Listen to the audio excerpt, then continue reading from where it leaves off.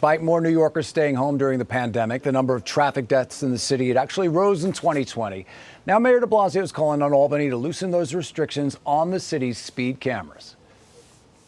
As the year comes to a close, the number of pedestrians killed on New York City streets hitting an all-time low, likely thanks to fewer people out and because of coronavirus. But the same can't be said for crashes involving people on bikes, motorcycles, and in cars. A recent study found fatality rates hit the highest point since 2006, an increase of 23 deaths overall. One factor, city officials say emptier than usual streets apparently opened the road to more speeding. This trend began in the spring when roads were cleared by the pandemic, and it has since taken the lives prematurely of dozens of motorcyclists and motor vehicle occupants.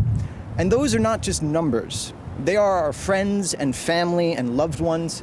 In many cases, they were our sons and brothers, uncles and fathers. Mayor de Blasio now calling on Albany to allow the city to operate speed cameras around the clock. We're appealing today to New York State, to the legislature, to help us do more, to help us save lives. Right now, state law limits enforcement of the cameras to 750 designated school zones between 6 a.m. and 10 p.m. on weekdays. The DOT says 33% of non-highway deaths happen in those zones, but not during the enforcement hours. And the mayor says 75% of traffic deaths this year happen in places or during times where camera enforcement isn't allowed. We saw this year that overnight and weekends are the time when drivers are really driving recklessly, and we need a law that will allow us to reach those drivers and protect all New Yorkers. Mayor de Blasio says he can sympathize with drivers who cringe at the thought of speed cameras, reminding New Yorkers he too once got caught going too fast.